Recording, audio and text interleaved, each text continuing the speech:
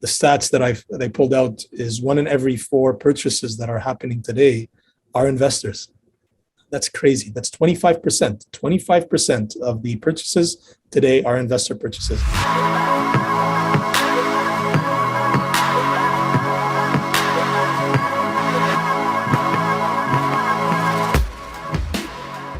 Welcome, everybody, to another session of the Investor Market Optics. This is the November edition, and your hosts in this session are going to be myself, a real estate broker of record, and somebody who's in the trenches every single day, looking at the activities in the market and analyzing them. And you also have Brian, who is a strategist, an investor, and a coach, somebody who has a wealth of knowledge and will be able to give you a good perspective on analyzing these numbers and giving you meaning for them. Brian, how are you doing? I'm doing fantastic. We did the deep dive on data last week. I'm happy to pull back out a little bit and start to look at some of the other cool topics that are going on. And of course, this one is near and dear to my heart because we're going to be talking about investors this week. Yeah, this week's topic is it's the reemergence of investors, increases in investor purchasers, and increase in rents. So we did talk last couple of weeks about FOMO and the effects of parents gifting, their kids a portion of down payment and how that's affecting the real estate market. As you'd mentioned, we did a deep dive into the stats and specific cities and the property types. And today we're going to talk about this really cool topic of how are the investors affecting the market today. And stay tuned for next week when we talk a little bit more about the potential effects of the interest rate and the scarcity of supply and how that's going to play out in tomorrow's market. So without any further ado, let's get started. And let's start off with the population growth. It's very clear that after the lockdown, we've observed that the local markets, the local real estate market has been roaring. And, it's really interesting because if we look at the charts and if we look at the numbers, the immigration was at a halt. We went through a complete lockdown, but yet the real estate market was very strong. So that's something that a lot of people did not predict. And right here, that was probably for myself, and this is why I don't get into the predicting business like some people do.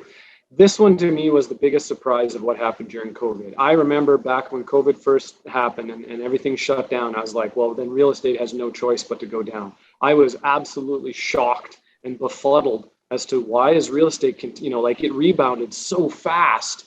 And yet, because we've been hearing for years that one of the major things that drove the real estate market in Canada was our immigration numbers, especially in the big centers, right? Like the BCs and the Ontarios and the Quebecs. So if that suddenly went to zero, how on earth could real estate continue going up towards the moon? So that was a huge surprise. And now I'm thinking, well, if everything else equal, when that starts to get turned back on again and immigration does start to take off, which is going to be potentially higher than it has in an average year, because we're going to try to make up for those numbers we lost, oh my goodness, what's going to happen to the real estate market at that point? Absolutely. Yeah. It's, we haven't completely gone back to pre-pandemic levels of immigration, but we have seen some signs of recovery. If you look at the chart on the right side, there's definitely signs of recovery there. But we're expecting 400,000 immigrants, right? Which is double the Canadian average. Yeah, and more in next years. And, what's, I think, going to predominantly improve the rental market first, and then it's going to, trickle down to the real estate market. So I think that is going to, as you said, we've seen crazy growth in real estate market, but as soon as that comes back, it's going to create an impact for sure.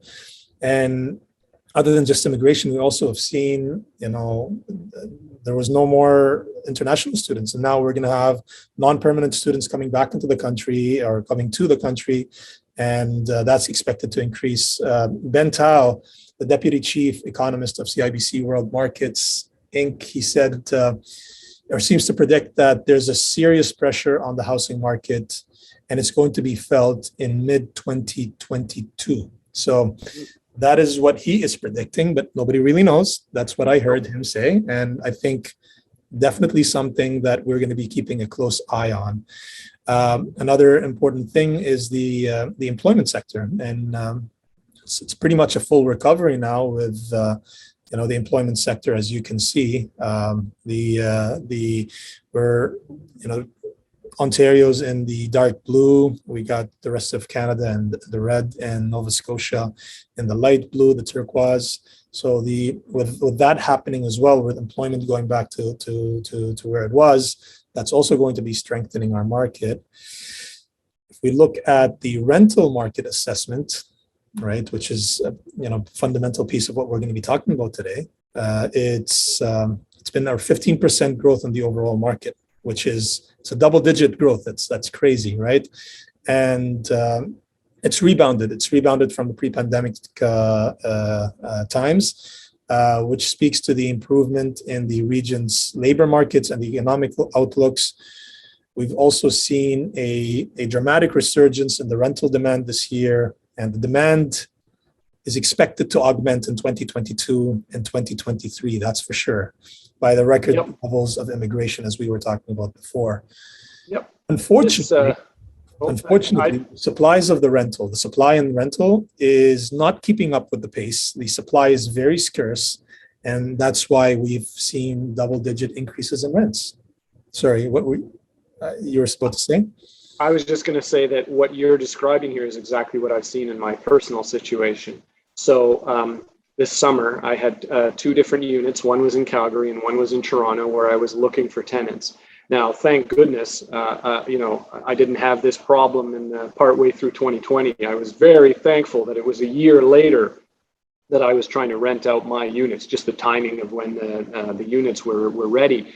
But I saw exactly what we're talking about here. In both cases, I was able to find a tenant within a week or so of the management company advertising them. And in both cases, the tenant offered us higher than what the posted rate we were doing for the rent was.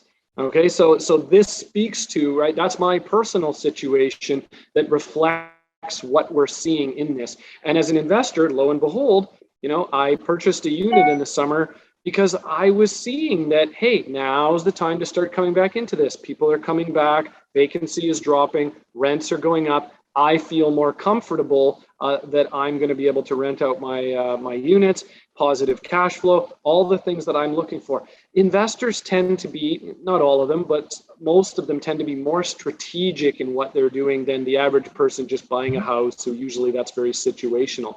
So these strategic measures that we're looking at are bringing investors back into the marketplace. Prices are going up, rents are going up, vacancies going down. We're seeing some scarcity. That's what's, just like they fled the sinking ship back in 2020. Now they're coming back, that they're seeing the situation changing again, and with more good news on the horizon for the next couple of years. Absolutely. This is a deeper dive into the rental market. You can see, the difference between Q3 2020 and Q3 2021 for both condos and townhouses. You can see the numbers are all, it's all looking good. Better for apartments than townhouses, actually. And again, like you said, it's an expectation to see even more increase in 2022 and 2023. If we look at the growth, we'll notice that Toronto, the downtown core of Toronto, is the one who saw the highest. The highest vacancy. This is a vacancy rate chart. So there's the highest amount of vacancy in Toronto, but that's also been dropping down, as you'd mentioned, Brian. And so with vacancy rates going down, rentals going up, the employment going back to normal, immigration flooding in, vaccination rates. Vaccination rates are over 77% of the population of Canada has received at least one COVID vaccine. and 73% of those were fully vaccinated. So, with these metrics are all pointing towards a growing economy, one that investors want to take part in, one that investors, are more hopeful for. And like you said, they're coming back into the market. Even the commercial markets have grown, Brian. And I remember a lot of people. That's a great sign. That's a great sign because, the residential is one thing, but when commercial starts to come back again, then we know that jobs are coming in, which is going to attract people. And they're not coming in by small metrics. They look at how much they've risen. Look at they're almost over double each industrial, the commercial, the office. They've all grew so much. And we're looking at both the sale activity and we're also looking at the lease activity, which is on the right side, by millions. The numbers over here are in millions of square feet, so 7.94 million square feet in total. That's employment for you, right? And that's talking to what's going to happen in the near future. A lot of people were talking about all these major offices that have a lot of space are going to start to close down. They're going to start feeling the pressure. Well, people are still buying. People are still renting. So that's a huge indicator of what's going to happen. And this is a great slide. I really like that slide, Omar, because it really shows that business is coming back, that people are moving back into office towers. They're re-renting industrial. This slide to me is the biggest indicator of why Canada's economy and Canada's employment is starting to show positive signs. And we're not even completely out of the woods yet, right? I'd say we're maybe 80%. There's still people talking about, don't expect COVID to be over by January, February, and maybe even March. Yet here we're seeing these positive signs that at least there's a light at the end of the tunnel. And that makes a huge, huge difference for people. Yep. So what does all of this mean, Brian? Tell us. Well, I mean, what it means is now is the time to start evaluating. I mentioned in one of the previous videos that people are reevaluating their life, their work situation. You should be including on that your investment portfolio or purchasing a property if you're not already in the real estate market. Now is a good time to start looking at this, imagining that we're coming out, we can see the light at the end of the tunnel. Right? Nobody likes to be the first one back in a highly risky situation still, but now we can start to see there's a lot of good news on the horizon. This becomes the time to sit down and do that strategic planning that sets you up for success in the future. I do it in my business. It's the very first thing that I do with any new coaching clients that are coming into my wealth coaching programs is we sit down and go through goals and create that plan and what does their investment look like. I know it's the first thing that you do with new clients. It's all, they'll call you going, should I buy this? And you're like, whoa, let's back up and talk about you, your goals. I need to get to know you. I can't just start giving out advice over the phone or in a first meeting or something like that. So now is the time to do this. We're getting close to the end of the year when people are oftentimes doing resolutions or that anyway. This is a perfect time to be sitting down and look at how can I set myself up to hit the ground running in 2022 and make my dreams come true through my investments that I'm setting up now for the future that I want. 100%. Let me share with you a few stats, and I've seen this personally in the industry, being in the trenches. I thought you were going to say you've seen this person with the pink money. I was wondering where we get the guy with the pink money. I thought he was a buddy of yours. I have not seen that personally, but it's pretty cool. Not only the pink money, but you got the pink wheels and the trees, and you got the pink bike, and you got the purple pants. I mean, it's a beautiful picture. That's why I chose it. What I've seen personally, Brian, is in my listings these days, there's so many investors that are asking and inquiring about these properties. And then the stats that I pulled out is 1 in every 4 purchases that are happening today are investors.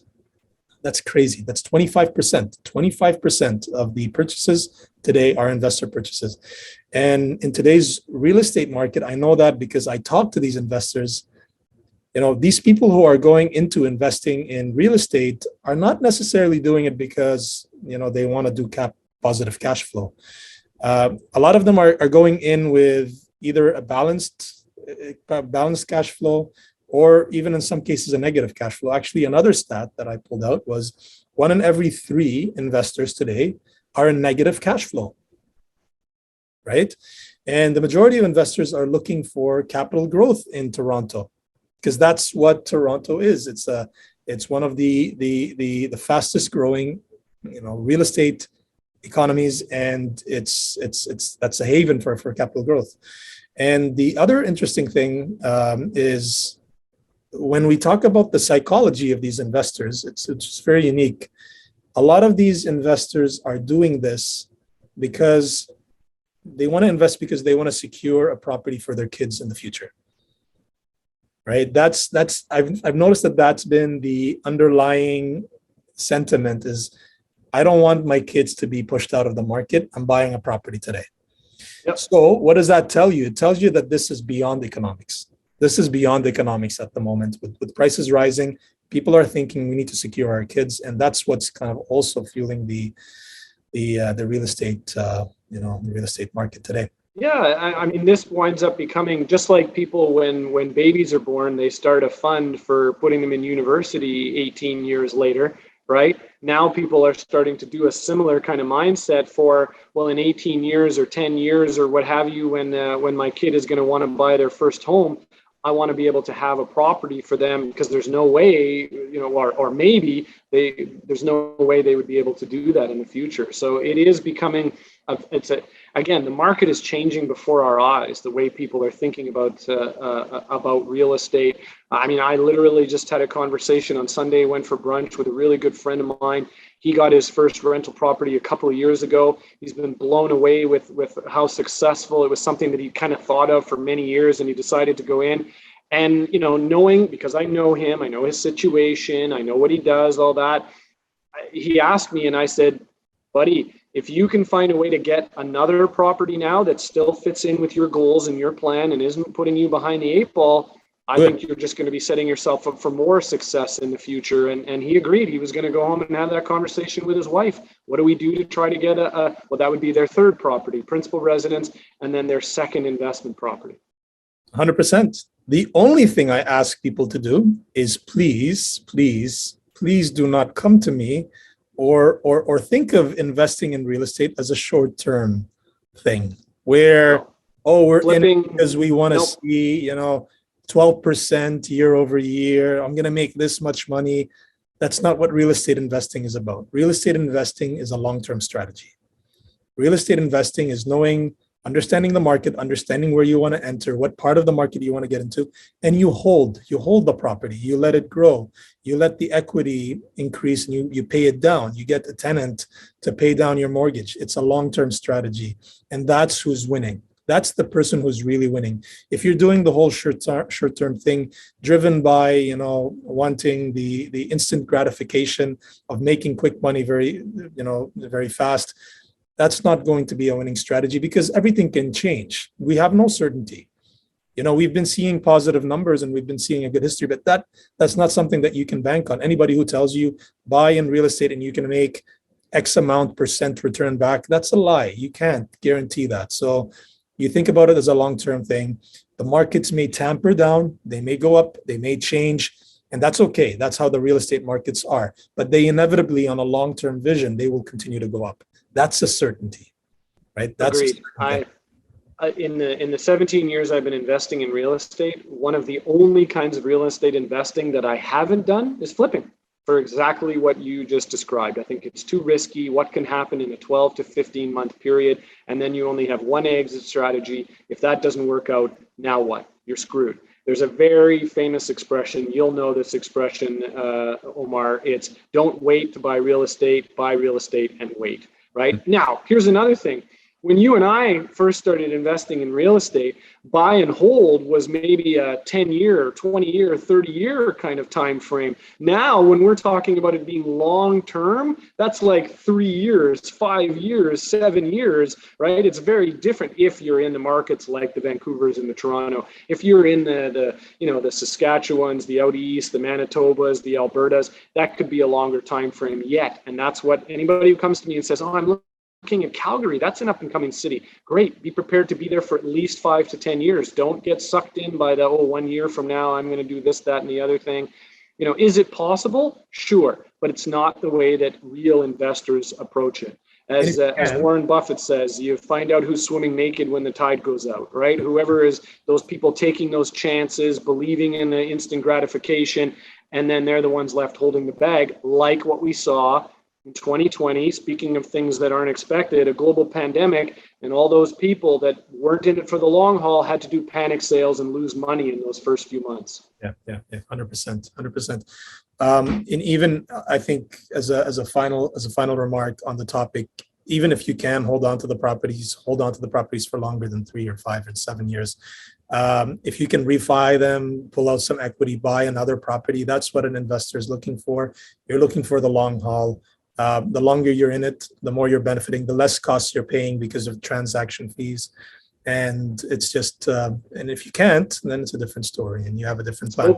Spoken by a broker of record trying to help you avoid transaction fees. How's that for an altruistic guy, huh? 100%. If you don't need to sell it, don't sell it. Don't sell it. And that's what I tell my clients, because it's at the end of the day, I care about, their net worth and what they're making. And as they grow, I grow with them. It's so if you can hold on to the property, don't sell the property. Continue to buy. We should do a whole show on just that strategy, right? Buy a property, let it increase, pull out some of that equity, tax-free, by the way, get your next property, and just keep doing that. Lather, rinse, repeat. That's how people build real estate portfolios that become 30, 40, 50 properties. Yes. Oh, and even a half a dozen or 10 properties, and then that can become a legacy that you're passing on to your kids. Multi-generational wealth by doing things like that. Absolutely. I think there was a ton of value in this topic, Brian, which is no surprise to me, talking to an investor who is so passionate about the topic. Thank you for everything that you shared. I hope that everybody found this very valuable and beneficial. And I am very excited to talk to you guys about our next topic next week, which is about interest rates and the scarcity that's happening in the market and what's going to win. Until the next week, have a great day.